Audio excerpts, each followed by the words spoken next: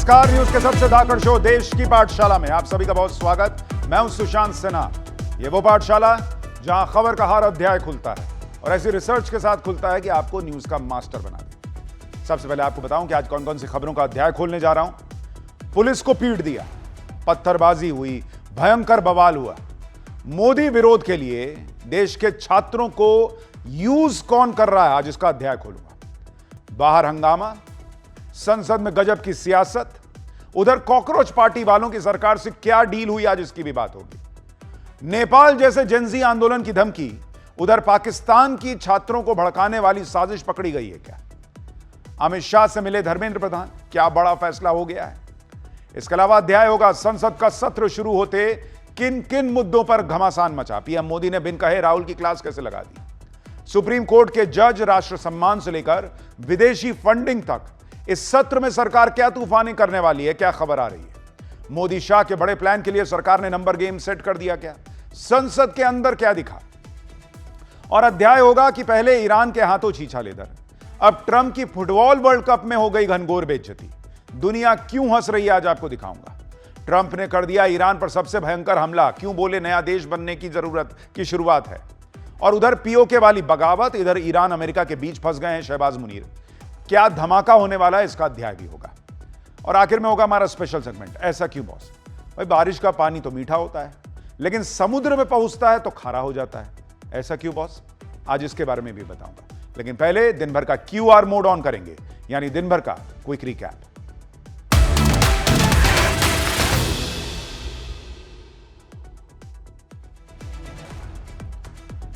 राम मंदिर चढ़ावा चोरी पर आज सुप्रीम कोर्ट में सुनवाई हुई है।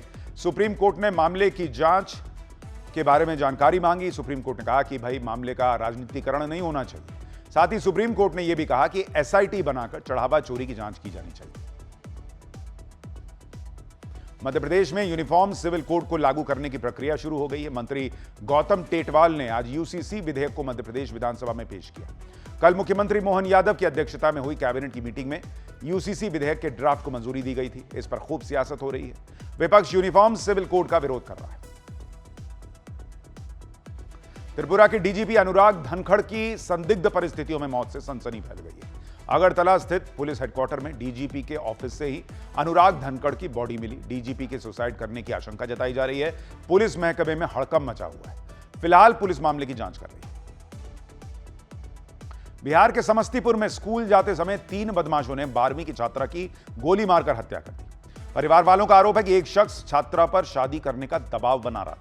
उसने घटना से 1 दिन पहले ही मर्डर की धमकी दी थी। एएसपी के मुताबिक परिवार वालों के बयान के आधार पर आरोपियों की पहचान कर ली गई है। गिरफ्तारी के लिए छापेमारी की जा रही है। डीजे टिप्पणी मामले में टीएमसी सांसद अभिषेक बनर्जी को कोलकाता हाईकोर्ट से बड़ा झटका लगा है। कोर्ट ने आंखों के इलाज के लिए अमेरिका जाने का परमिशन ही नहीं दिया। अदालत ने सुनवाई के दौरान यह सख्त टिप्पणी भी की कि आंखों के इलाज के लिए विदेश जाने की जरूरत क्या है भाई। इलाज के लिए किसी सरकारी आंखों के नामी अस्पताल में जाओ। तो ये हो गया दिन भर का क्विक रिकैप। अब पाठशाला का पहला अध्याय, जिसमें आज आपको दिखाऊंगा पुलिस को पीटा, पत्थरबाजी, भयंकर बवाल, मोदी विरोध के लिए छात्रों को यूज कौन कर रहा है। हंगामा, संसद में गजब सियासत, उधर कॉकरोच पार्टी वालों की सरकार ने क्या डील हुई। नेपाल जैसे जेनजी आंदोलन की धमकी, उधर पाकिस्तान की छात्रों को भड़काने वाली साजिश पकड़ी गई क्या। अमित शाह से मिले धर्मेंद्र प्रधान, क्या बड़ा फैसला हो गया। सबसे पहले इस सबका अध्याय देखिए। हमने आपको पहले ही बताया था कि कॉकरोच पार्टी के नाम पर जो ये सब पिछले कुछ दिनों से चल रहा है, उसकी स्क्रिप्ट क्या होने जा रही है। जो हमने कहा था वही हुआ, क्योंकि धीरे धीरे ये आंदोलन जो है उसमें जैसे ही संसद का सत्र आया, पॉलिटिकल दखलंदाजी बढ़ने लगी थी। जिस तरह से माहौल बनाया जा रहा था, जिस तरह से कॉकरोच पार्टी के मंच पर अलग अलग दलों के नेता पहुंचने लगे थे, राकेश टिकैत, योगेंद्र यादव, फलाना ढिमकाना सब पहुंच रहे थे, उससे यह लगने लगा था कि इनका टारगेट धर्मेंद्र प्रधान नहीं, अब नरेंद्र मोदी और उनकी सरकार है। धर्मेंद्र प्रधान पर सवाल उठाने में कोई गड़बड़ी नहीं थी, मुद्दा एकदम ठीक था जो लोगों के सेंटिमेंट से जुड़ा हुआ है। लेकिन यह आंदोलन कहां से कहां चला गया, आज की तस्वीर में दिख गया। दिल्ली में दिख गया। जंतर मंतर से लेकर संसद तक इस लेवल का भयंकर बवाल हुआ, इस लेवल का भयंकर हंगामा हुआ कि संसद के गेट तक बंद करने पड़ गए। संसद के आसपास जहां परिंदा पर नहीं मार सकता, वहां तक लोग पहुंच गए। और ये लोग कर क्या रहे थे? कहीं पत्थर चल रहे थे, कहीं गाड़ियां तोड़ी जा रही थी, पुलिस वालों के सिर फोड़े जा रहे थे। एक तरफ वो लोग थे जो पेपर लीक जैसे गंभीर मुद्दे पर प्रदर्शन करने आए थे। एक वर्ग ऐसा भी है जो माहौल बना रहा कि अरे नहीं, ये तो सब कॉकरोच पार्टी वाले और फलाना ढिमकाना दल के लोग थे। नहीं, आप गारंटी ले सकते हैं उसमें कोई छात्र नहीं था, ऐसा नहीं है। लेकिन इन्हीं के बीच में ऐसे लोग भी थे जो हिंसा पर उतारू थे, जो पहले ही सोच कर आए थे कि नेपाल बांग्लादेश जैसा बवाल हो जाए, किसी तरह से संसद में घुसकर कांड कर दिया जाए, ऐसी तस्वीरें बन जाएं जिससे यह कहा जाए कि नरेंद्र मोदी तो किसी की सुनते नहीं, मोदी तो छात्रों को पिटवाते हैं, मोदी तो एंटी यूथ हैं। जिन्हें छात्रों को इस्तेमाल करके ऐसा नैरेटिव बनाना था, वो आज इसमें कुछ हद तक कामयाब भी हो गए, क्योंकि शुरू से यह कहा गया कि कॉकरोच पार्टी का प्रदर्शन तो शांतिपूर्ण है, उन्हें सिर्फ संसद तक मार्च करना है। लेकिन सवाल यह खड़ा हुआ कि अगर आपको मार्च भी करना था, आपने एक परमिशन लेने के लिए अर्जी तक नहीं लगाई। आपका मकसद जो है शांतिपूर्ण मार्च था, आप पहले परमिशन तो मांगते। पुलिस ना देती, आप कहते नहीं इन्होंने अलाउ नहीं किया, हमको अपनी बात रखनी है, हम मार्च करेंगे, समझ में आता। आपने संसद तक जाने के लिए एक अर्जी तक लगानी जरूरी नहीं समझी, वहीं से आपकी मंशा पर सवाल खड़े हो गए। आप संविधान लहराते हैं, संविधान की बात करते हैं, कोई भी इतनी बड़ी भीड़ निकल जाएगी बिना परमिशन के। सड़क पर तो कुछ और ही स्क्रिप्ट दिखी और शाम होते होते ये बातें कही जाने लगी कि छात्रों को पीटा गया, उन पर लाठियां चलाई गई, नरेंद्र मोदी ने पुलिस से छात्रों को पिटवा दिया, यह आरोप लगा दिया गया। इसी नैरेटिव को लेकर पूरा इंडी गठबंधन नरेंद्र मोदी पर फायर हो गया। राहुल गांधी से लेकर अखिलेश यादव, क्या केजरीवाल, सभी लोग माहौल और भड़काने में जुट गए। लेकिन इधर यह सब हंगामा होता रहा, पॉलिटिक्स होती रही। उधर कॉकरोच पार्टी वालों की सरकार से क्या डील हुई बॉस? जेपी नड्डा से मिल लिए कॉकरोच पार्टी वाले, वहां क्या बात हुई? दूसरी तरफ यह भी आरोप लग रहा है कि पुलिस ने छात्रों को पीटा। आज इस मार्च में दिन भर क्या हुआ, क्या सच है? नेपाल जैसे जनजी आंदोलन की धमकी कौन दे रहा है? क्या इसमें पाकिस्तान भी घुस गया है छात्रों को भड़काने के लिए? उसका क्या एंगल है? आज एक एक सच आपको दिखाऊंगा। लेकिन पहले जो ये बवाल, ये हंगामा हुआ आज दिल्ली की सड़कों पर, देश की राजधानी की सड़कों पर, उसकी एक झलक देखिए।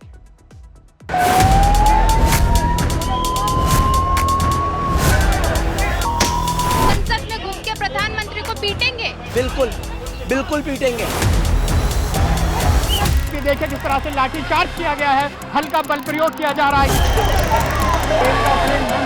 जंतर मंतर की स्थिति अभी अनियंत्रित होती जा रही है। बच्चों पे आप टीयर गैस कर रहे हो और उनकी पिटाई कर रहे हो, किस लिए? बच्चे हैं हमारे। बैरिकेड के खड़े थे, सामने से पत्थर लगा दिए, पत्थर मार दिए। हवा में क्रांति की खुशबू आ रही है। Tear gassing students, lathi charging students is not democratic. अगर हुड़दंग करेंगे और वहाँ पे उत्पात मचाएंगे और जैसे जिस तरह से ये प्रोटेस्ट भी चल रहा है तो वो ठीक नहीं है। अभी ये जो आप लोग प्रोटेस्ट कर रहे हैं इसका कोई मतलब ही नहीं है।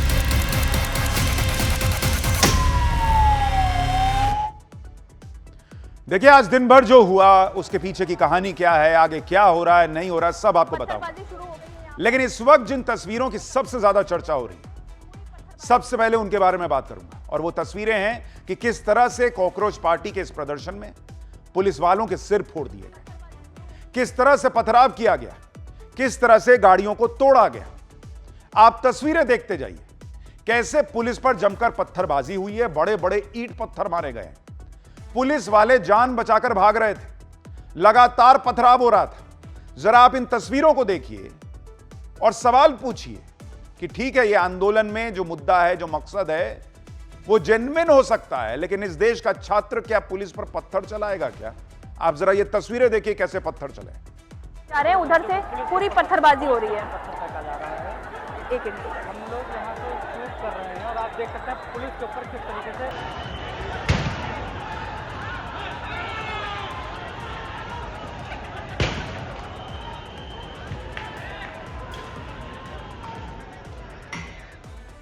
यानी इस तरह से पथराव होने लगा कि कई लोगों ने अपना फेस भी कवर कर लिया। इनको पता था कि शायद सीसीटीवी में, मीडिया के इसमें आ जाएंगे, तो चेहरे को कपड़े से ढके हुए थे जिससे इनकी पहचान ना हो सके। और इसलिए सवाल खड़ा हुआ कि यह तरीका तो कश्मीर में दिखता था पत्थरबाजी का, यह क्या हिसाब है? ये कौन से छात्र हैं जो ऐसे चेहरा ढककर जो है पत्थर चला रहे हैं? किसी ने रुमाल बांध रखा था, किसी ने गमछा बांध रखा था, और ये सब पुलिस वालों और सुरक्षा बलों पर पत्थर चला रहे थे। और इसीलिए शांतिपूर्ण प्रोटेस्ट पर सवाल उठने लगे। आपने मौका दिया सवाल उठाने का, और इसलिए मैं कह रहा हूं ना कि जो जेन्युइन छात्र भी आए थे वो बेचारे यूज हो गए इस सब के चक्कर में, क्योंकि कुछ लोगों को यही तस्वीर चाहिए थी। अगर ये तस्वीर ना होती कि भाई आप ये देखिए पुलिस वाला का माथा फटा हुआ है, बैरिकेड, वीडियो में आप देखिए कोई पुलिस बैरिकेड के अंदर से पथराव, ये तस्वीर देखिए बॉस, ये देख रहे हैं आप, ये पुलिस वाले को कैसे पटक के भीड़ मार रही है। आप देख रहे हैं, आप जरा इस तस्वीर को देखिए और सोचिए इस देश में क्या माहौल बनाया जा रहा है कि आप पुलिस वाले को पटक कर लिंच कर देंगे क्या? आप पुलिस की लिंचिंग कर देंगे? ये कौन सी भीड़ है बॉस, मैं ये जानना चाहता हूं। और जो जेन्युइन छात्र हैं वो भी इन तस्वीरों की वजह से सवालों के घेरे में। ये आप देखिए कैसे घायल पुलिस वाले को ले जाना पड़ रहा है। आप कैसे उम्मीद करते हैं कि आप पुलिस वाले का माथा फाड़ देंगे और इस देश में पब्लिक आपको सपोर्ट करेगी? आप पुलिस वाले को पटक के लिंचिंग करने लगेंगे और पुलिस, देश की जनता आपके साथ खड़ी होगी। ये देखिए, इसका नाक से खून बह रहा है, किसी की आंख में चोट लग, आंख फोड़ दिया बॉस। और आप कह रहे हैं कि ये आपका आंदोलन जो है वो जेन्युइन है, मुद्दा जेन्युइन था। ये आंदोलन कैसा है कि माथा फाड़ दिया आप बॉस?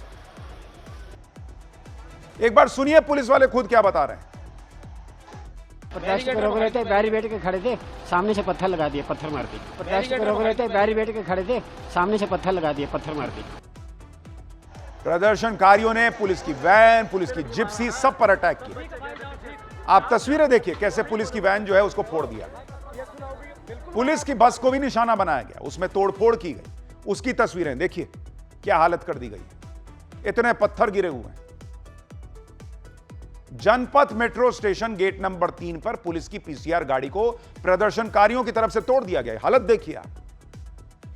मेरा सवाल यह है, यह अभिजीत दीपके ने पुलिस को एक अर्जी तक नहीं दी कि नहीं ना हम तो शांतिपूर्ण प्रदर्शन कर रहे हैं। आज जो यह सब हो गया, अभिजीत दीपके जिम्मेदारी लेंगे?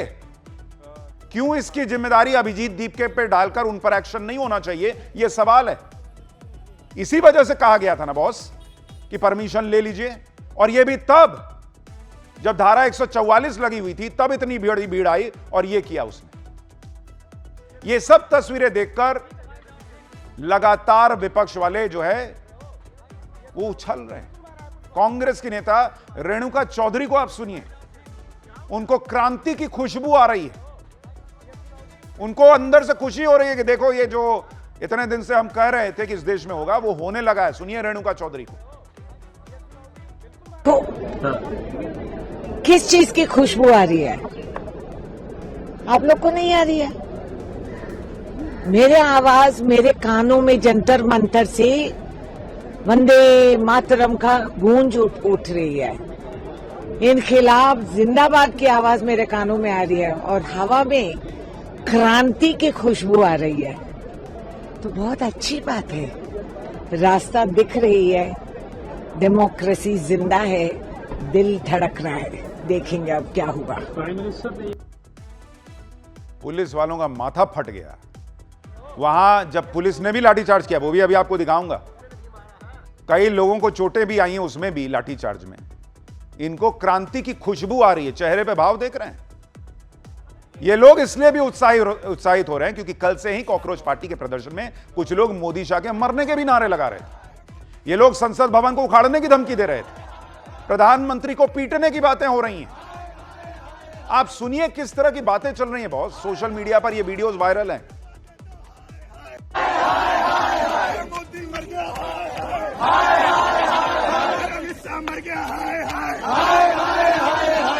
संसद भवन उखाड़ दिया जाएगा, संसद भवन उखाड़ दिया जाएगा और इस्तीफा नहीं मिला तो उखाड़ दिया जाएगा, सब उखाड़ दिया जाएगा, सब कर दिया जाएगा। नेपाल उखाड़ जाएगा, नेपाल नेपाल नेपाल नेपाल बनेगा। इतनी बड़ी बात बोल रहे थे प्रधानमंत्री के खिलाफ कि अगर सोनम वांगचुक को कुछ भी होता है तो हम संसद में घुस के प्रधानमंत्री को पीटेंगे। बिल्कुल बिल्कुल पीटेंगे। हम भूल जाएंगे कि हम एक संवैधानिक देश में रहते हैं। प्रधानमंत्री बिल्कुल, हम एक संवैधानिक देश में रहते हैं, हम संविधान की बहुत इज्जत करते हैं। लेकिन जब जनता पे जुल्म होगा तो फिर ये सरकार को बख्शा नहीं जाएगा। ये संविधान पे विश्वास करते हैं। उस संविधान में लिखा है क्या कि अगर जनता के मन का ना हो तो प्रधानमंत्री को पीटना शुरू कर दो, संसद उखाड़ के फेंक दो, मोदी शाह के मरने के नारे लगा दो? उसी संविधान में आपको वोट देने का अधिकार है। आपको लग रहा है नरेंद्र मोदी सरकार नहीं सुन रही है, उखाड़ के फेंक दीजिए, लेकिन प्रधानमंत्री को घुस के पीटेंगे, ये कोई संसदीय व्यवस्था नहीं है बॉस। नेपाल बना देंगे, ये कोई संसदीय व्यवस्था नहीं है बॉस। इधर नरेंद्र मोदी को मारने पीटने की बातें चल रही हैं, उधर ये लोग कह रहे हैं कि मोदी ने पुलिस से छात्रों को पिटवा दिया।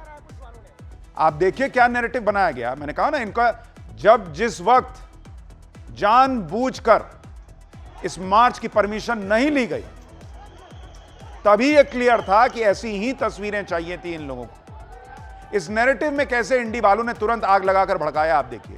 प्रदर्शन की तस्वीरें देखिए। भीड़ जब आगे बढ़ रही थी तो पुलिस और सुरक्षा कर्मियों ने उन्हें रोकने की पूरी कोशिश की। जब हालात बिगड़ने लगे तो फोर्स इस्तेमाल करना पड़ा, क्योंकि बड़ी संख्या में भीड़ भी आ रही थी। हालात को कंट्रोल में करने के लिए लाठियां चलानी पड़ी। इसी भगदड़ में लोग गिरते पड़ते वहां से भागे। कई लोग पुलिस की लाठी से बचने की कोशिश कर रहे थे। पुलिस लगातार कोशिश कर रही थी कि उग्र भीड़ को पीछे धकेल दिया जाए। आंसू गैस के गोले चलाए पुलिस ने, क्योंकि कई लोग पुलिस की बैरिकेडिंग और सुरक्षा कर्मियों के घेरे को तोड़ते हुए काफी आगे बढ़ चुके थे। कई लोग तो बदहवासी में इधर उधर भाग रहे थे। इनके चप्पल जूते पीछे छूट गए। कई जगहों पर रोड पर डस्टबिन में पड़े हुए चप्पल दिखे। चप्पल जूते पड़े हुए थे। ये देखिए कुछ लोगों की ऐसी हालत हो गई। मैंने कहा ना, ऐसा नहीं है कि इसमें जेन्युइन छात्र नहीं आए हुए थे। प्लीज ऐसा मत कहिए कि कोई जेन्युइन छात्र था ही नहीं। कुर्सियां उल्टी गिरी हुई थी, कई लोगों को चोटें आई, किसी का सिर फटा, किसी को टांग कर ले जाना पड़ा। चारों तरफ अफरा तफरी का माहौल बन गया। लोग भाग रहे थे, सड़क पर गिर रहे थे, आरएएफ के जवान उन्हें खदेड़ रहे थे। ग्राउंड पर हालात कैसे बन गए, हमारे सहयोगी की एक रिपोर्ट देखिए। देखिए जंतर मंतर की तस्वीर हम आपको दिखा रहे हैं, किस तरह से यहाँ पर एक जो प्रोटेस्टर्स थे बैरिकेड की तरफ बढ़े हैं। अब यहाँ पर आप ये देखिए किस तरह से लाठी चार्ज किया गया है, हल्का बल प्रयोग किया जा रहा है। ये देखिए, ये तस्वीर देखिए, जंतर मंतर की स्थिति जो है अभी अनियंत्रित होती जा रही है। ये देखिए आरएएफ जो है भीड़ को खदेड़ रही है। ये तस्वीर यहाँ पर आप देख रहे हैं किस तरीके से यहाँ पर जो प्रोटेस्टर्स हैं वो बैरिकेड की तरफ बढ़ रहे थे, लेकिन पुलिस ने बल प्रयोग किया है। ये विजुअल आरएएफ के और प्रोटेस्टर्स के जंतर मंतर से एक भीड़ आगे बढ़ रहे थे। ये देखिए लाठी चार्ज किया गया जा रहा है। ये देखिए, ये तस्वीर देखिए। अब इन्हीं सब तस्वीरों को दिखाकर इंडी गठबंधन वाले अपना नैरेटिव सेट कर रहे हैं और कह रहे हैं सीधे सीधे प्रधानमंत्री नरेंद्र मोदी को घेर। राहुल गांधी ने सोशल मीडिया पोस्ट में कहा कि प्रधानमंत्री नरेंद्र मोदी भारत के इतिहास के सबसे युवा विरोधी प्रधानमंत्री हैं। इतने युवा विरोधी कि एक नाकाम शिक्षा मंत्री धर्मेंद्र प्रधान का इस्तीफा नहीं ले सकते। 152 पेपर लीक, 7.5 करोड़ छात्र पीड़ित और सजा एक दोषी को भी नहीं। सजा किसे मिली? मेहनती युवाओं को। बच्चों को जवाब में मिली लाठी और हिरासत। लीक करने वाले अपराधी आजाद और वाजिब मुद्दे उठाने वाले छात्र घसीटे जाते हैं, पीटे जाते हैं।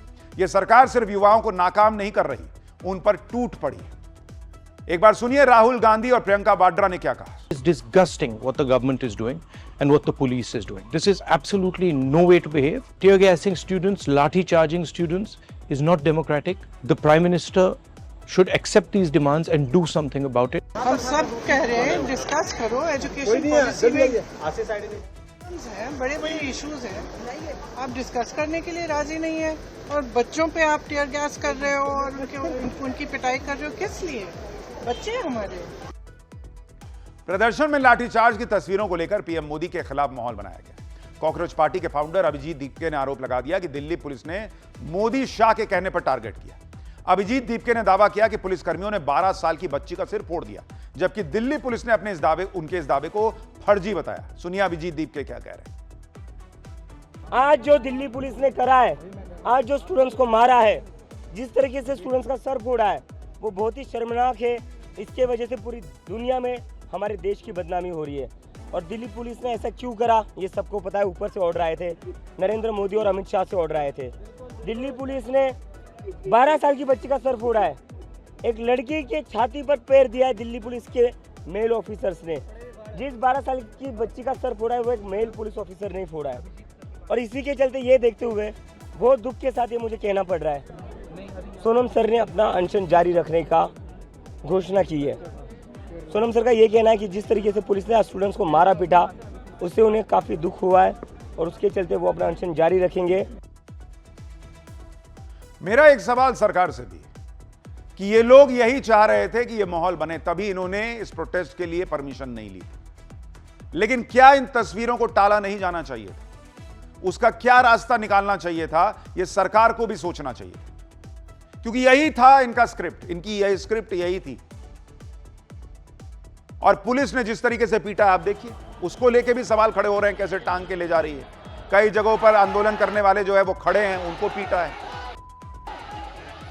लेकिन एक सवाल यह भी है, आप यह भी सोचिए कि अगर पुलिस को इसी तरह से मारने के पीटने के ऑर्डर मिले होते तो क्या ये लोग संसद भवन पहुंच पाते? अगर मारना पीटना ही मकसद होता तो क्या ये लोग संसद भवन तक पहुंच पाते? क्योंकि संसद मार्च के लिए ना पुलिस से परमिशन ली गई, ना पुलिस ने इजाजत दी। और इजाजत इसलिए नहीं थी क्योंकि संसद का सत्र आज से चल रहा है, बहुत सेंसिटिव जोन है, हजारों लोगों का इकट्ठा होना रिस्की हो सकता था। लेकिन आप देखिए कि धारा 144 यानी बीएनसी 163 लगी थी, फिर भी ये लोग संसद तक पहुंच गए। ऐसा कभी नहीं देखा गया कि संसद के गेट बंद करने पड़े हो। यानी अगर यही ऑर्डर होता ऊपर से कि सूत दो सबको, मारो सबको, तो क्या ये लोग संसद के आसपास भी पहुंच पाते? संसद भवन के बेहद करीब प्रदर्शनकारी इकट्ठा होने लगे। बार बार अपील के बावजूद भी जब प्रदर्शनकारी पीछे नहीं हटे तो उन्हें रोकने के लिए आंसू गैस के गोले दागे। सैकड़ों सुरक्षा कर्मियों ने भीड़ को आगे बढ़ने से रोकने के लिए मोर्चा संभाला और एक के बाद एक आंसू गैस के कई गोले दागे। कॉकरोच जनता पार्टी के संसद मार्च के दौरान हालात ऐसे बन गए कि कई जगह प्रदर्शनकारियों और सुरक्षा बलों के बीच झड़प की स्थिति बन गई। जब आंसू गैस का इस्तेमाल किया गया तो लोग इधर उधर भागते नजर आए। एकदम से भगदड़ मच गई। आंसू गैस और लाठीचार्ज के बीच भी ये लोग नहीं माने, नारेबाजी करते हुए आगे बढ़े। इसी से संसद की सुरक्षा को लेकर हड़कंप मच गया। प्रदर्शनकारी जब संसद भवन परिसर के बेहद करीब पहुंच गए तो वहां संसद के सुरक्षा कर्मियों के हाथ पांव फूल गए। आनन फानन में संसद भवन के मेन गेट को बंद करना पड़ा। भीड़ को आगे बढ़ने से रोकने के लिए मोर्चा संभाल लिया गया। ये देखिए आप तस्वीरें। वही ना मैं कह रहा हूं कि अगर यह आदेश होता ब्लैंकेट के मारो इनको सबको, तो यह तस्वीर नहीं आती। फिर संसद भवन के अंदर और बाहर सिक्योरिटी बढ़ा दी गई। सीआईएसएफ की फायर विंग को लगा दिया, तैनात किया गया। आग लगने की स्थिति में तुरंत हालात को कंट्रोल करने की पूरी तैयारी थी। फायरमैन ने भी संसद भवन परिसर में अपनी अपनी पोजीशन ले ली थी। कॉकरोच जनता पार्टी के संसद मार्च के दौरान पार्लियामेंट परिसर में कैसा सीन बन गया, आप देखिए जरा एक बार। संसद भवन के चारों तरफ ही नहीं बल्कि संसद भवन के अंदर भी सुरक्षा तैयारियां मजबूत कर दी गई। इस वक्त तस्वीरों में आप देखिए किस तरह से मोर्चा लगा करके यहाँ पर और सीआईएसएफ के जवान खड़े हैं और दूसरी तरफ फायर ब्रिगेड की गाड़ी भी संसद भवन के अंदर बुला ली गई है और किसी भी अनहोनी से, किसी भी तरह के प्रदर्शन से निपटने के लिए यहाँ पर पूरी तैयारी है। इतना सब कुछ हो गया और विपक्ष ये माहौल बना रहा है कि मोदी किसी की सुनते नहीं, छात्रों को पिटवाया जा रहा है। सुनिए एक बार विपक्ष क्या कह रहा है। ये कौन सी सरकार है जो सबका साथ सबका विकास की बात कर रही है? आप बच्चों की सुनना नहीं चाहते। सरकार है कि अहंकार है आपके अंदर? ये अहंकार बोल रहा है। अगर सरकार होती तो सुनती, बच्चों की बात सुनती। और नीट एग्जामिनेशन अगर हुआ है और उसमें अगर ये धांधली हुई है तो उसके लिए जिम्मेदार कौन है? क्रेडिबिलिटी किसकी है? किसको ये तैयारी करनी थी? आप विश्व गुरु बनना चाहते हैं दुनिया में, आप कह रहे हैं अमृत काल है, लेकिन आपके मंत्री आप नहीं हटा पा रहे हैं। मैं सोशल मीडिया पे देख रहा हूँ कि कितने ज़्यादा लोग इकट्ठे हो गए हैं। पूरा कनॉट प्लेस भर गया है, जनपथ भर गया है, जंतर मंतर भर गया है। बच्चों के गुस्से को संभालिए, नहीं तो ये आपके लिए बहुत भारी पड़ेगा। बच्चों के साथ बैठ के बात करो। हमारे बच्चे हैं, हमारे देश के बच्चे हैं, इनके साथ बैठ के बात क्यों नहीं करते? इतना क्यों अहंकार है? ये अरविंद केजरीवाल जब पंजाब से लौट रहे थे तब शायद उन्होंने वीडियो बनाया। लेकिन सवाल है कि अगर आप छात्रों के साथ खड़े थे तो आप लोग भी आते इस मार्च में। एक नेता वहां नहीं था, छात्र जो है वो अपने से निकले, अपने से आए। वहां जो हुआ आपको दिखा रहा हूं। क्यों नहीं नेता आए साथ देने के लिए? क्यों सिर्फ छात्र आगे किएगा? और कॉकरोच जनता पार्टी के भी कुछ नेता नहीं आए थे, अभी आपको दिखाऊंगा। और जो लोग आज कह रहे हैं कि बातचीत की जानी चाहिए, इस बात से मैं सहमत हूं कि बातचीत तो होनी चाहिए, लेकिन संसद के अंदर अगर कुछ हो जाता उसकी जवाबदेही किसकी होती? आम आदमी पार्टी के कई बड़े नेता सीजेपी के प्रोटेस्ट में शामिल होने गए थे, जिनके लिए अभिजीत दीपके पहले काम किया करते थे, लेकिन इस मार्च में साथ साथ चलते हुए वो उस तरह से नजर नहीं आए जिस तरह से जहां पर झड़प हो रही हो कोई नेता दिखाओ, वैसा नहीं दिखा। हाँ, मनीष सिसोदिया पहुंचे, आतिशी वहां पर पहुंच गई, संजय सिंह वहां पर दिखे। उधर सीजेपी के प्रोटेस्ट में भीम आर्मी के चंद्रशेखर आजाद रावण की पुलिस के साथ थोड़ी बहस हुई। दिल्ली पुलिस के एक अफसर के साथ चंद्रशेखर की बहस एक गाड़ी खड़ी करने को लेकर, क्योंकि पुलिस सुरक्षा के लिहाज से उस गाड़ी को अंदर नहीं ले जाने दे रही, जिसके लिए परमिशन नहीं थी। समाजवादी पार्टी की सांसद और अखिलेश यादव की पत्नी डिंपल यादव ने प्रदर्शन के दौरान पुलिस कार्रवाई पर गंभीर आरोप लगाया। डिंपल यादव ने आरोप लगाया कि पुलिस वालों ने बच्चों को बेरहमी से पीटा है। सुनिए डिंपल यादव। एक मेल पुलिस ने बिटिया बता रही है, फीमेल बिटिया के कपड़े फाड़े हैं। ये है आपका नया भारत, जहाँ बिटियाओं के कपड़े, इस बिटिया के भी कपड़े किसी और के कपड़े फाड़े गए हैं। हमारे साथ बहुत बच्चे मिले जिनके कपड़े फटे हैं, अपने बैचेस निकाल के आए थे, गुंडे बने हुए थे कुछ पुलिस वाले तो सहयोग कर रहे थे, लेकिन कुछ पुलिस वाले बिना वर्दी के आए थे और बच्चों को मारा है, बच्चों को करंट दिया है। और जहाँ रूल होता है कि आपको टांगों में मारना चाहिए, बच्चों की छातियों पे मारा है। ये सीधे आघात हमारी भारत माता के सीने पे इन लोगों ने किया है। आज हमारी डिमांड है कि ये प्रधान को हटाए, एजुकेशन मिनिस्टर को हटाए, सरकार रिस्पॉन्सिबिलिटी ले, जिम्मेदारी ले, अकाउंटेबिलिटी दिखाए। विपक्ष कह रहा है कि पीएम मोदी जो है वो इस बात की गंभीरता क्यों नहीं समझ रहे कि एक सेंटिमेंट बन रहा है कि धर्मेंद्र प्रधान को हटाना चाहिए और उन्हें हटा देना चाहिए। यह विपक्ष का आरोप है। अगर सुन नहीं रहे हैं तो फिर आज कैसे कॉकरोच पार्टी वालों की जेपी नड्डा से मीटिंग हुई, यह भी सवाल खड़ा हुआ। आज कॉकरोच पार्टी के नेता और मोदी सरकार के बीच बातचीत भी शुरू हो गई। कॉकरोच जनता पार्टी से जुड़े सौरभ दास और आशुतोष रांका ने केंद्रीय मंत्री जेपी नड्डा से मुलाकात की। कॉकरोच पार्टी की तरफ से मोदी सरकार के सामने 3 मांगे रखी गई। पहली मांग, सोनम वांगचुक को तुरंत रिहा किया जाए। दूसरी मांग, धर्मेंद्र प्रधान का इस्तीफा हो या उन्हें कैबिनेट से बर्खास्त कर दिया जाए, ये खुद इस्तीफा दे दें। जब तक उनका इस्तीफा नहीं हो जाता तब तक विरोध प्रदर्शन जारी रहेगा। तीसरी मांग, नीट की तैयारी करने वाले उन छात्रों के परिवारों को 1 करोड़ रुपए का मुआवजा दिया जाए जिनमें से 20 से ज्यादा छात्रों की मौत हो चुकी है। कॉकरोच पार्टी ने दावा किया कि जेपी नड्डा से उन्हें भरोसा दिया गया है कि उनकी मांगों को लेकर सही स्तर पर चर्चा की जाएगी, लेकिन सरकार की तरफ से कोई भरोसा नहीं दिया गया है। दूसरी तरफ जेपी नड्डा ने इस मुलाकात के बारे में यह कहा कि आज सुबह पहली बार प्रदर्शनकारियों की तरफ से सरकार के साथ बातचीत करने का प्रस्ताव आया। सौहार्दपूर्ण वातावरण में मुलाकात हुई। उनके डेलीगेशन के साथ विस्तार से पहले मौखिक चर्चा हुई और उनकी तरफ से लगभग 4 बजे मुझे लिखित याचिका दी गई। यानी सरकार कह रही है कि पहली बार प्रदर्शनकारियों की तरफ से बातचीत का प्रस्ताव आया और प्रस्ताव आने के बाद उनसे बातचीत की गई। लेकिन सवाल यह भी है कि जब इतने दिन से यह सब माहौल बन रहा था, आप ही एक प्रस्ताव भेज देते। कम से कम ये सड़क पर जो तस्वीर बन रही है, देश में अस्थिरता को लेकर सवाल खड़े हो रहे हैं, जो जेन्युइन छात्र हैं अगर वो भी पिट रहे हैं और पुलिस वाले पिट रहे हैं, तो ये स्थिति तो नहीं बनती ना। हालांकि अब कम से कम बातचीत हो रही है, उम्मीद की जानी चाहिए, सकारात्मक पहल है। लेकिन कांग्रेस के नेता अब ये कह रहे हैं कि जेपी नड्डा बात किस हैसियत से कर रहे हैं। सुनिए कांग्रेस वाले को। जेपी नड्डा कौन है? जेपी नड्डा किस हैसियत से मिल रहे हैं? क्या जेपी नड्डा इस देश के शिक्षा मंत्री हैं? क्या वो प्रधानमंत्री हैं? क्या वो गृह मंत्री हैं? जेपी नड्डा क्या डिसीजन ले सकते हैं? जब अध्यक्ष थे तब तो डिसीजन ले नहीं पाते थे, रबर स्टैम्प थे। अब किस उससे मिल रहे हैं? आप मुझे एक बात बताइए, छात्र आंदोलन कर रहा है, धर्मेंद्र प्रधान क्यों नहीं मिल सकते? धर्मेंद्र प्रधान को किस बात का डर है? धर्मेंद्र प्रधान के अंदर यह नैतिकता क्यों नहीं है कि वो इस्तीफा दें? इधर धर्मेंद्र प्रधान के इस्तीफे को लेकर बवाल मचा हुआ है, उधर सरकार के अंदर भी हलचल दिख रही है। धर्मेंद्र प्रधान ने आज संसद भवन में अमित शाह से मुलाकात की।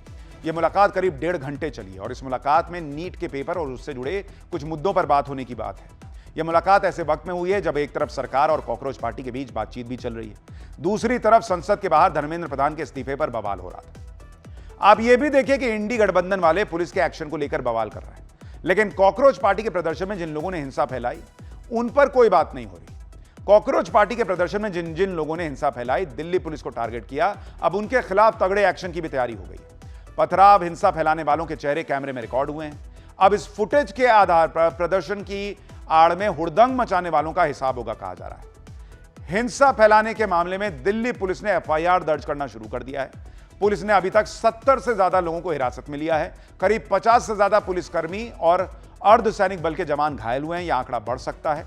सरकारी काम में बाधा डालने, सरकारी प्रॉपर्टी को नुकसान पहुंचाने के मामले में भी एफआईआर दर्ज होगी। इस मामले में एक बड़ा खुलासा यह भी हुआ जो कि दिल्ली पुलिस दावा कर रही है कि इस मामले में पाकिस्तान के एंगल से भी जांच हो रही है, क्योंकि पुलिस को पाकिस्तान के कुछ ऐसे सोशल मीडिया हैंडल्स मिले हैं जिसमें आज के प्रदर्शन की तस्वीरें शेयर की गई और प्रदर्शन को लेकर झूठ बोला गया है। जैसे काशमाला मुराद नाम के एक ट्विटर हैंडल से प्रदर्शन का वीडियो शेयर किया गया और झूठ फैलाया गया कि जंतर मंतर के प्रदर्शन में 7 लोग मारे गए, 391 से ज्यादा लोग घायल हुए हैं, जिसमें 32 की हालत गंभीर है। 250 से ज्यादा लोगों को दिल्ली पुलिस और सेना ने गिरफ्तार कर लिया। एक ट्विटर हैंडल में एक महिला की तस्वीर लगी है। बायो में यह खुद को रिसर्च स्कॉलर बता रही है और डीआरडीओ इस्लामाबाद में काम करती है। इसी तरह इंडियन आर्मी ने भी पाकिस्तान के प्रोपेगेंडा की धज्जियां उड़ाई। भारतीय सेना की फैक्ट चेक यूनिट ने पाकिस्तान के सोशल मीडिया हैंडल से फैलाई गई जानकारी को एक्सपोज किया। पाकिस्तान की तरफ से कई सोशल मीडिया हैंडल्स हैं जिससे झूठ फैलाया गया। जैसे एक ट्वीट में कहा गया कि भारतीय सेना प्रदर्शनकारियों को टारगेट कर रही है, मोदी डर की वजह से संसद से निकल गए। एक हैंडल से यह झूठ फैलाया गया कि 5 प्रदर्शनकारियों की जान भारतीय सेना ने ले ली। एक हैंडल से कहा गया कि भारतीय सेना तो देश को डिफेंड करने के लिए है, लेकिन उसे टूल बना दिया गया है। एक हैंडल ने सीआईएसएफ जवान की तस्वीर को ट्वीट करते हुए लिखा कि भारतीय सेना प्रदर्शनकारियों पर फायरिंग कर रही है।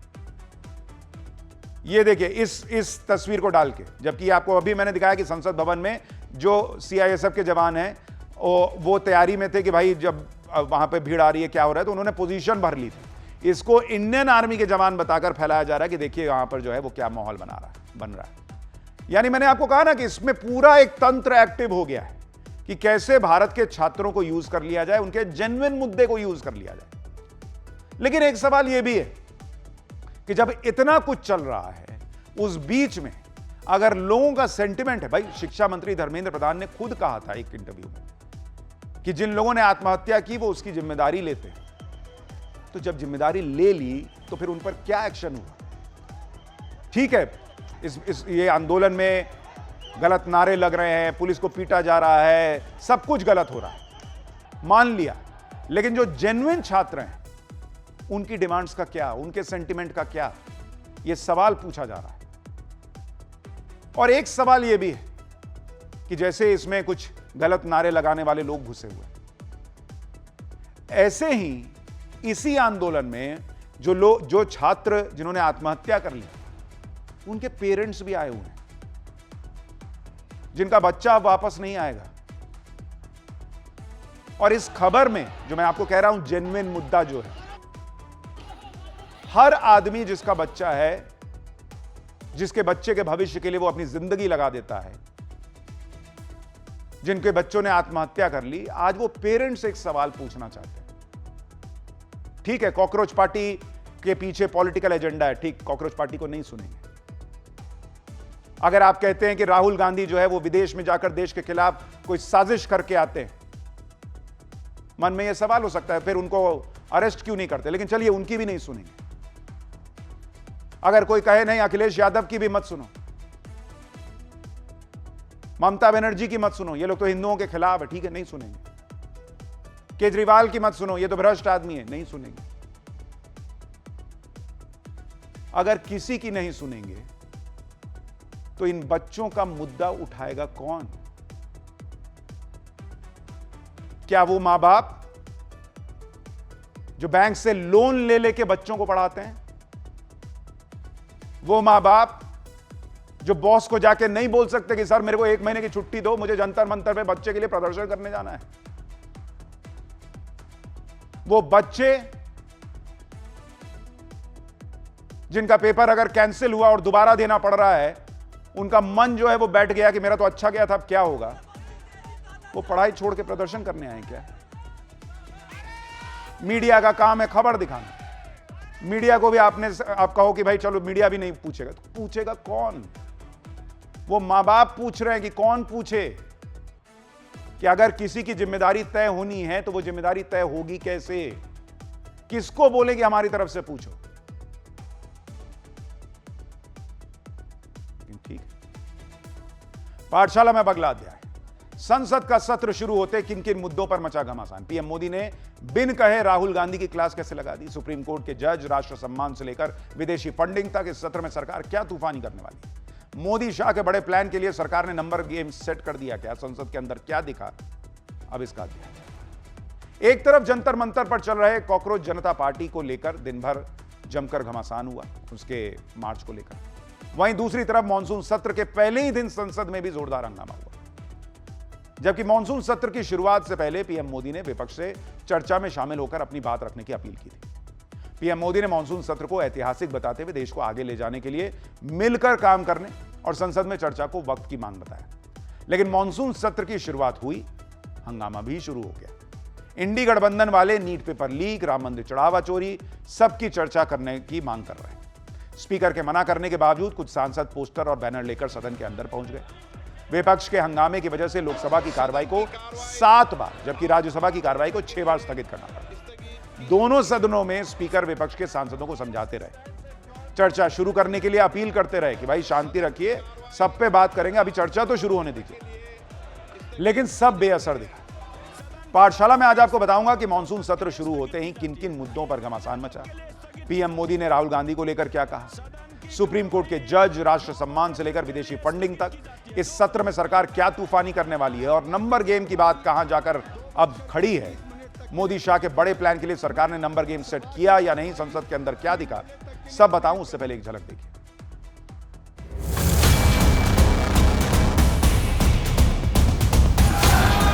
सदन की कार्रवाई आज 12 बजे तक के लिए स्थगित की जाती है। सदन की कार्रवाई 12:30 बजे तक के लिए स्थगित की जाती है। 1 बजे तक के लिए स्थगित की जाती है। आप सदन के बेल में आए हैं, आप लोग प्ले कार्ड मत दिखाइए। उनकी पूरी टीम की जो एवरेज एज है वो सिर्फ 28 साल है। मैं किसी 56 साल के नौजवान की बात नहीं कर रहा। 56 साल के युवाओं की बात नहीं कर रहा हूँ, ये कोई बोलने की बात है।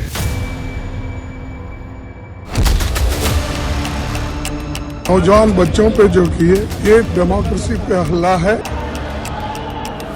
सबसे पहला सवाल ये है कि नीट के बच्चों को न्याय मिले और यहाँ के जो बच्चे जो आए आंदोलनकारी, उनके साथ व्यवहार अच्छा हो।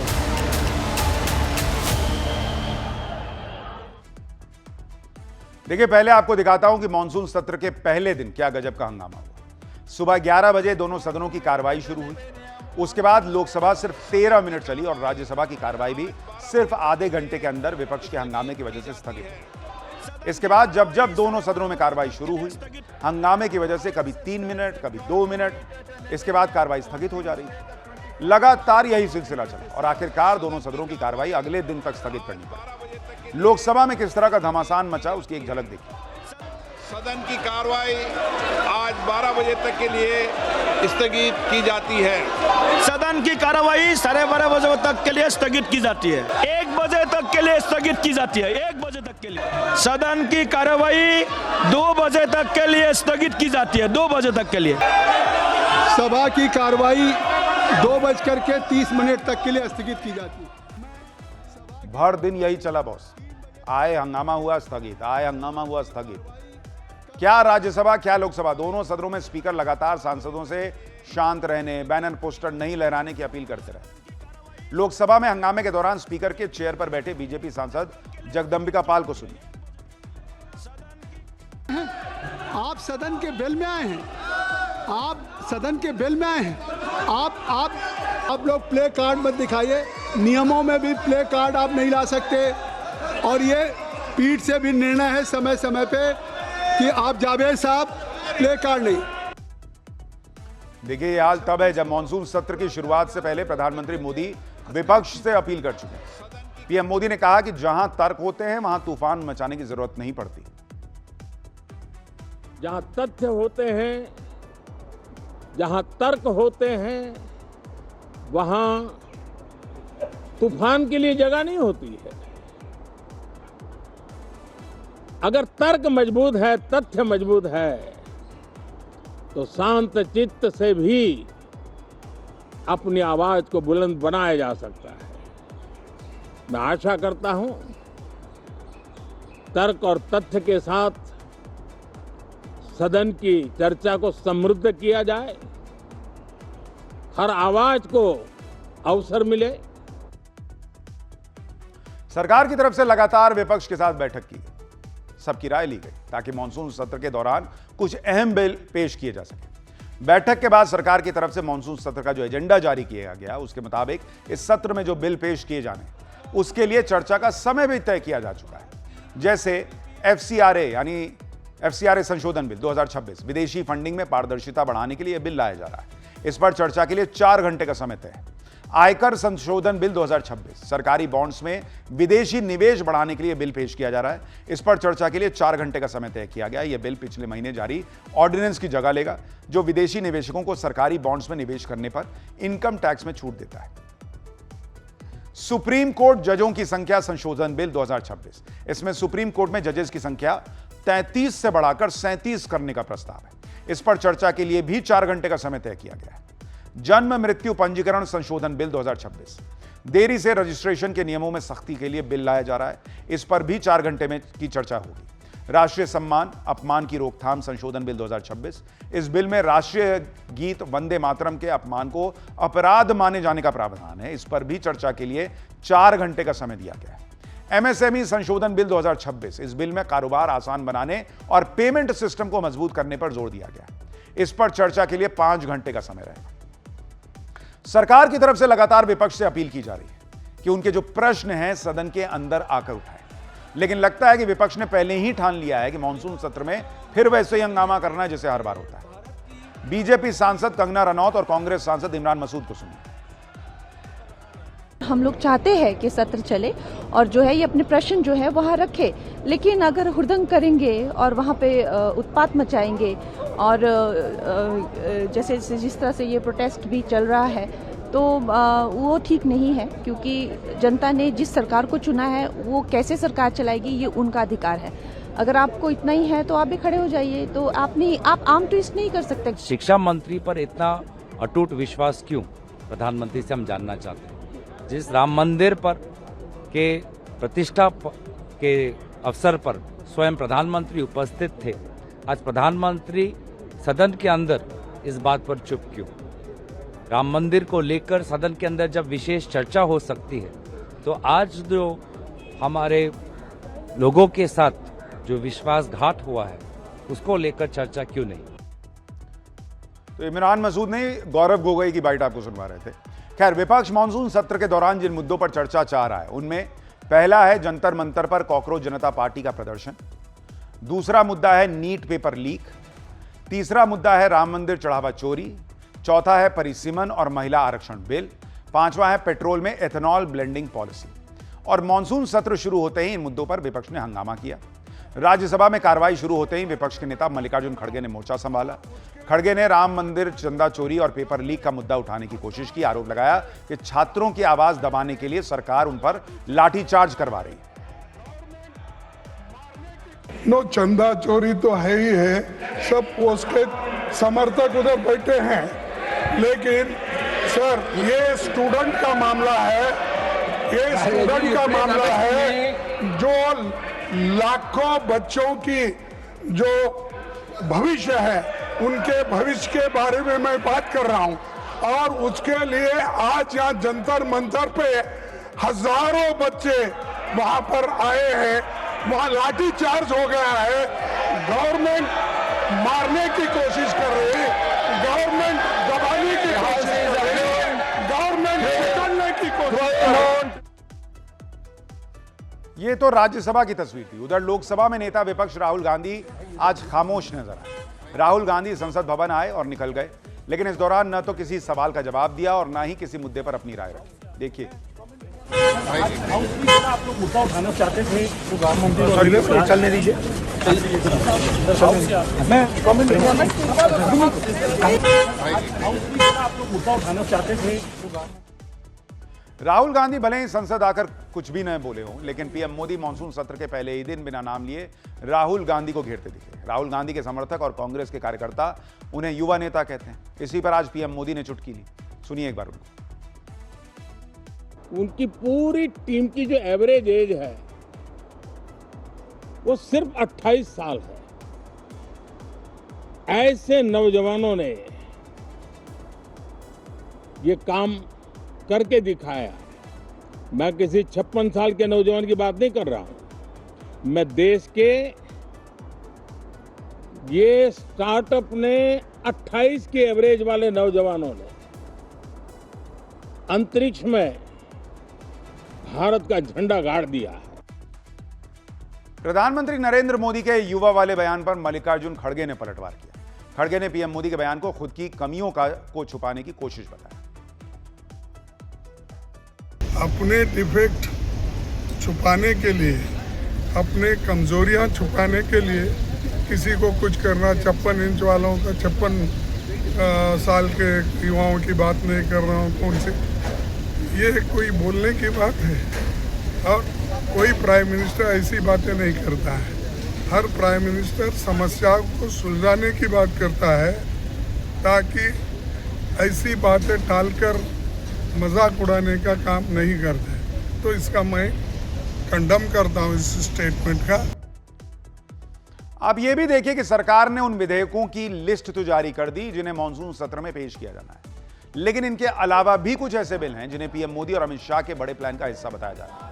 भले इन विधेयकों को लिस्ट में अभी शामिल नहीं किया गया है, लेकिन माना जा रहा है कि इन्हें भी मॉनसून सत्र में लाया जा सकता है, जैसे परिसीमन बिल और महिला आरक्षण के लिए संविधान संशोधन बिल, और 30 दिन से ज्यादा हिरासत में रहने पर प्रधानमंत्री, मुख्यमंत्री और मंत्रियों को हटाने वाला संविधान संशोधन बिल।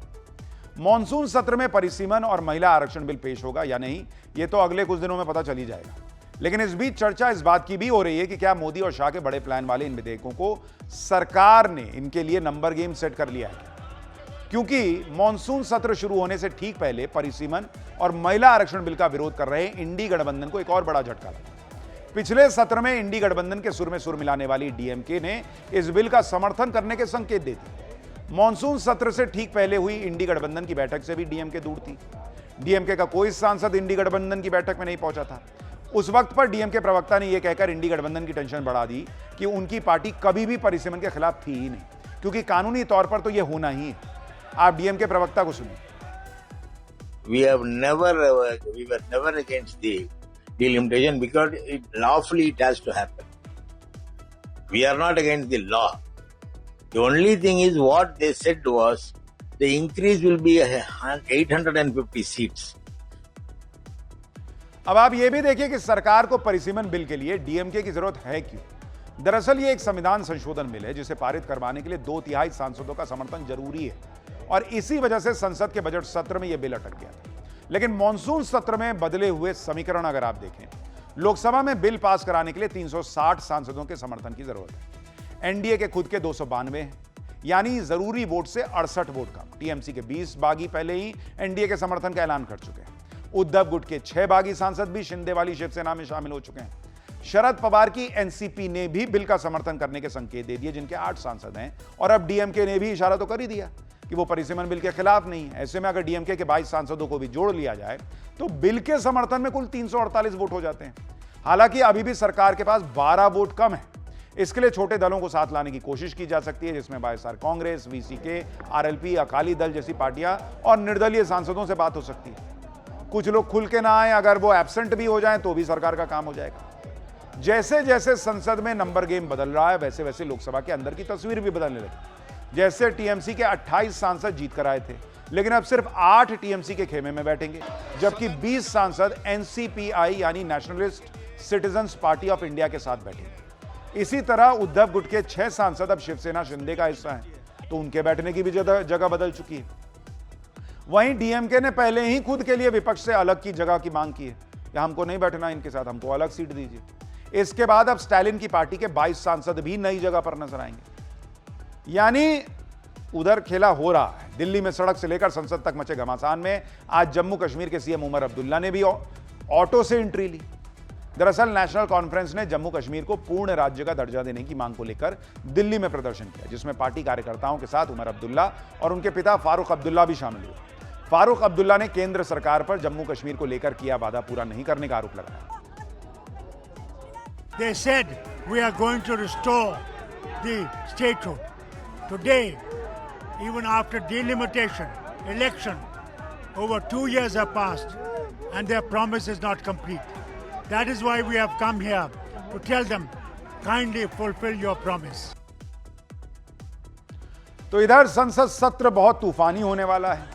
जो प्रदर्शन हुआ आज, उसके कल के क्या संकेत होंगे वो भी आपको कल पाठशाला में बताऊंगा, लेकिन फिलहाल पाठशाला में अगले अध्याय का वक्त हो गया है। पहले ईरान के हाथों छीछा लेदर, अब ट्रंप की फुटबॉल वर्ल्ड कप में भी घनघोर बेइज्जती कैसे हो गई कि दुनिया हंस रही है, अब आपको दिखाऊंगा। ट्रंप ने ईरान पर सबसे भयंकर हमला कर दिया, क्यों बोले कि नया देश बनने की शुरुआत है। उधर पीओके वाली बगावत, इधर ईरान अमेरिका के बीच शहबाज मुनीर फंस गए। क्या धमाका होने वाला अब इसका अध्याय। देखिए, ईरान और अमेरिका के बीच सारे समझौते फेल हो रहे हैं। दोनों देशों के बीच युद्ध अब नए खतरनाक लेवल पर जा रहा है। ईरान पर अमेरिका लगातार हमले कर रहा है, लेकिन अब ईरान ने ऐसा काम किया है जिससे ट्रंप बहुत बुरी तरह बौखला गए। ईरान के हमलों से अमेरिकी सैनिकों की मौत ने ट्रंप को हिला दिया है। ट्रंप ने ईरान को पूरी तरह से नेस्तनाबूद करने की ठान ली। उधर ईरान भी पीछे हटने को तैयार नहीं। ईरान कह रहा है कि अमेरिका सदियों तक हमला करता रहे, फिर भी जीत ना पाएगा। उधर अमेरिका में ट्रंप के खिलाफ भी लोगों में गुस्सा है, क्योंकि एक तो युद्ध में सैनिक मारे जा रहे हैं और दूसरा अमेरिका में महंगाई बढ़ रही है। अमेरिकी पब्लिक इस बात से भी नाराज है कि युद्ध के बीच ट्रंप की मस्ती में कोई कमी नहीं है। इतना युद्ध चल रहा है, तनाव है। भाई साहब फीफा वर्ल्ड कप का फाइनल देखने पहुंच गए। वहां पाकिस्तान की भी हालत खराब हो रही है, क्योंकि ईरान अमेरिका युद्ध में अब पाकिस्तान बुरी तरह से पिस रहा है। शहबाज और मुनीर किसी कीमत पर बच नहीं पाएंगे, ऐसी हालत बन रही है। जल्दी ही पाकिस्तान में कौन सा धमाका होने वाला यह भी बताऊंगा, लेकिन युद्ध से लेकर डोनाल्ड ट्रंप के छीछा लेदर की इस पूरी कहानी की एक झलक देखिए।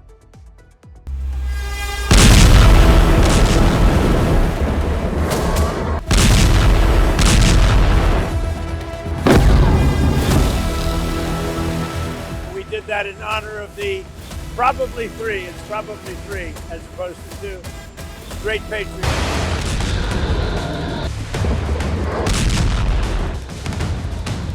What happens, but we hit him very hard again tonight.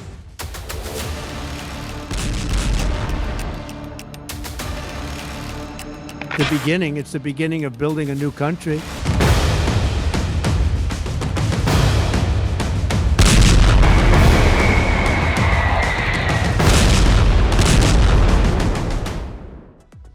Iran पर हमला करने के बाद से ट्रंप इतना कभी नहीं भड़के गए हैं जितना अब गुस्से में दिख रहे हैं। अभी तक अमेरिकी हमलों में ईरान तबाह हो रहा था, अमेरिका को भी थोड़ा बहुत नुकसान हो रहा था, लेकिन अब ईरान ने हमलों की इंटेंसिटी बढ़ा दी, जिससे अमेरिका बौखलाया हुआ है। ईरान के हमलों से अब अमेरिकी सैनिक मारे जा रहे हैं। ईरान ने जॉर्डन में अमेरिकी ठिकाने पर जोरदार हमला किया। इस हमले में 3 अमेरिकी सैनिकों की जान चली गई है। इससे ट्रंप का गुस्सा 7वें आसमान पर पहुंच गया। सीज फायर और समझौता टूटने के बाद से अब तक कई अमेरिकी सैनिक मारे जा चुके हैं और इससे अमेरिका में ट्रंप के खिलाफ माहौल बन रहा है। अब तक अमेरिका के 17 सैनिक मारे गए हैं बॉस। उत्तरी इराक में 1 सैनिक की मौत हुई। ईरान के मिसाइल और ड्रोन हमलों से मौत हुई थी। जॉर्डन के मुवाफक साल्टी बेस पर ईरान ने हमला किया। सैनिकों की मौत के अलावा बेस को भी बहुत नुकसान पहुंचा। ईरान ने अमेरिकी विमानों को भी गिराने का दावा किया है। तो मोटे तौर पर अमेरिका के लिए ईरान जो है वो बवाल खड़ा कर रहा है, मतलब तनाव खड़ा कर रहा है। अमेरिका के लिए बड़ा झटका है। इतने अमेरिकी सैनिकों का मारा जाना अमेरिकी पब्लिक को पसंद नहीं आ रहा। भाई वो तो माने बैठेंगे हमको दुनिया में कोई नुकसान ही नहीं पहुंचा सकता। यहां ईरान ने भूत बना के रखा हुआ है और अब सैनिक भी मार रहा है, तो ट्रंप भी भड़के हुए हैं। इधर खाड़ी देशों में अमेरिकी सैनिक मर रहे हैं, दूसरी तरफ ट्रंप की मौज मस्ती में कोई कमी नहीं है बॉस।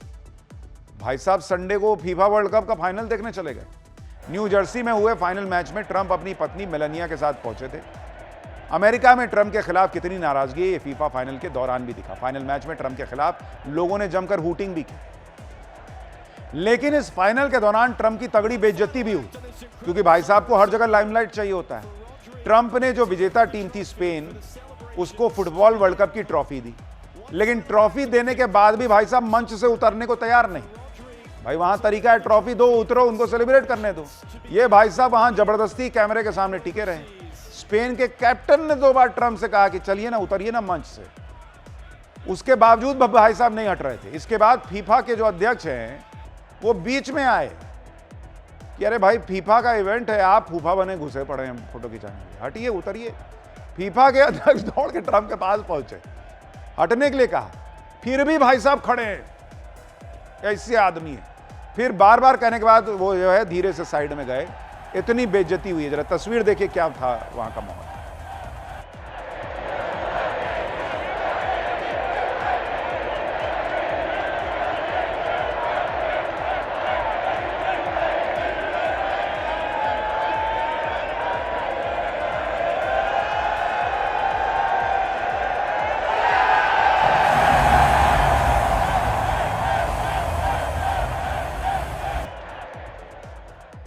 बेचारा कप्तान कप लेके खड़ा है, ये कब हटे तो हम कप उठाएं। क्या आदमी। अमेरिकी पब्लिक की हूटिंग से परेशान ट्रम्प ईरान पर अपना गुस्सा निकाल रहे हैं। जिस ईरान को ट्रम्प धरती के नक्शे से मिटाने की बात करते हैं, वो ईरान अमेरिकी सैनिकों को मार रहा है। तो ट्रम्प के लिए भी बड़ी वहां अलग बेइज्जती हो रही है, और इसलिए ट्रम्प ने ईरान के खिलाफ ऑल आउट अटैक का आदेश दिया है। आप देखिए अमेरिका अब कैसे हमले कर रहा है, इसके बारे में आपको देखना चाहिए। America long range missile use कर रहा है, ज्यादा इंपैक्ट वाले बमों से हमला कर रहा है। F-35 और F-18 सुपर हॉर्नेट विमान से बमबारी कर रहा है, खतरनाक टॉम हॉक मिसाइलें दाग रहा है। ईरान पर अमेरिका 3 तरफ से अब हमले जो है वो कर रहा है। यानी अब ट्रम्प ने यह ठान लिया है कि वो ईरान को सबक सिखाएगी। आज रात भी ट्रम्प ने भयंकर हमले का आदेश दे दिया है। एक बार ट्रम्प को सुन लीजिए। Well, we feel very badly, but you know, those great people, those great patriots were out there fighting that Iran cannot have a nuclear weapon. So we'll see what happens, but we hit them very hard again tonight, and we did that in honor of the probably 3, it's probably 3 as opposed to 2, great patriots. Trump लगातार ये कह रहे थे कि वो Iran के infrastructure पर हमला करेंगे। अब ट्रम्प वही कर रहे हैं। ईरान इंफ्रास्ट्रक्चर, चाहे वो पुल हो, रेलवे हो, एयरपोर्ट हो, ऑयल प्लांट हो, सब पर एक के बाद एक हमले कर रहे हैं। ईरान के बंदर अब्बास में अमेरिका ने एक पुल को निशाना बनाया, जिससे पुल बुरी तरह से डैमेज हो गया। बंदर अब्बास के ही रेलवे स्टेशन पर भी अमेरिका ने हमला किया, जिससे वहां तगड़ी तबाही मची। अमेरिकी हमलों में कई ईरानी नागरिक भी घायल हुए हैं। अब तो खुल के वाटर प्लांट पर भी हमले किए जा रहे हैं। जरा देखिए आप। अमेरिका ने ईरान के वाटर डिसैलिनेशन प्लांट पर हमला किया है। हार्मोजगान प्रांत के बोंजी वाटर प्लांट को तबाह कर दिया। इस प्रांत के 20 गांव के करीब 10,000 लोग प्रभावित हुए। अमेरिकी हमले के जवाब में ईरान ने कुवैत पर हमला किया। कुवैत के वाटर प्लांट ईरान ने मिसाइल और ड्रोन से हमला करके उड़ाए। कुवैत में 90% पीने का पानी वाटर डिसैलिनेशन प्लांट से ही आता है। यानी अब पानी पर अटैक हो रहा है। आप सोचिए, लोग मर जाएंगे, इनको इसका भी कुछ नहीं है, मारो, बस मारते चलो। ईरान पर ट्रम्प भयंकर हमले कर रहे हैं और कह रहे हैं कि एक नए देश के बनने की शुरुआत है। ट्रम्प के मुताबिक ईरान का सब कुछ तबाह हो चुका है, अब एक नए देश की तरफ वो खड़ा होगा। इस युद्ध में सारे नियम कायदे खत्म हो चुके हैं। आप सोचिए ना, जब पीने के पानी को आप खत्म कर रहे हैं, कोई दीन ईमान बचा आपका? किसी भी कीमत पर विरोधी को नुकसान पहुंचाने की होड़ लगी हुई। और यही अमेरिका वाले भर दुनिया में वो बैनर पोस्टर लेके खड़े हो जाते हैं, ह्यूमन राइट्स की बात करते हैं। अब तुम्हारा ह्यूमन राइट्स मर गया। अमेरिका ने एक बार फिर से खार्ग आइलैंड पर कब्जे की कोशिश शुरू की। ईरान का 90% तेल यहीं से बाहर जाता है। ट्रम्प पहले भी खार्ग पर हमला कर चुके हैं। इस पर ईरान को घुटनों पर लाने के लिए खार्ग पर ग्राउंड अटैक की तैयारी इस बार की जा रही है। ट्रम्प ने खार्ग आइलैंड पर ग्राउंड अटैक की धमकी दी है। खार्ग आइलैंड ईरान की इकोनॉमी का इंजन कहा जाता है। खार्ग आइलैंड से ही ईरान का 90% कच्चा तेल आता है। ट्रम्प ने कहा कि जल्दी ही खार्ग पर ऑपरेशन शुरू करूंगा। अगर खार्ग आइलैंड पर हमला होता है और अमेरिका अपने सैनिक यहां उतारता है, तो यह युद्ध नेक्स्ट लेवल पर चला जाएगा। इधर ईरान युद्ध की वजह से ट्रम्प की फजीहत हो रही है। दूसरी तरफ ट्रम्प के चहेते फील्ड मार्शल असीम मुनीर की हालत भी खराब है। ईरान और अमेरिका युद्ध में पाकिस्तान बुरी तरह से बीच में पिस रहा है। पहले से पीओके में हो रहे प्रोटेस्ट और बगावत से मुनीर शहबाज तनाव में है। अब दोनों को यह डर है कि ईरान अमेरिका युद्ध में पाकिस्तान को घसीटा जा सकता है, यानी न चाहते हुए भी पाकिस्तान को युद्ध में शामिल होना पड़ सकता है। दरअसल पाकिस्तान और सऊदी अरब के बीच डिफेंस समझौता हुआ है। सऊदी अरब पर हमला पाकिस्तान पर हमला माना जाएगा। यमन के हूती लगातार सऊदी अरब पर हमला कर रहे हैं। पाकिस्तान ने सऊदी पर हूती अटैक की निंदा की है, लेकिन यही पाकिस्तान की सबसे बड़ी टेंशन है। अगर सऊदी अरब मदद मांगेगा तो पाकिस्तान को लड़ना होगा, जो पाकिस्तान ईरान अमेरिका युद्ध में मध्यस्थता कर रहा था। अब पाकिस्तान पर खुद युद्ध में फंसने का खतरा बढ़ रहा है, क्योंकि पाकिस्तान सऊदी अरब को मना नहीं कर सकता। भाई सऊदी अरब कहेगा तुमने साइन क्या किया था जी, आओ मदद के लिए। डिफेंस समझौते के अलावा सऊदी अरब के पैसे का भी प्रेशर है। पैसे के लिए तो पाकिस्तान कहीं कटोरा लेके खड़ा हो जाए। सऊदी अरब ने पाकिस्तान को $3 अरब के कर्ज की अवधि बढ़ा दी है। तो वो कहेगा कि भाई तुमको भीख भी दूं, तुम मदद भी नहीं दोगे, तो कौन बात का पैसा लोगे? तो ये चल रहा है।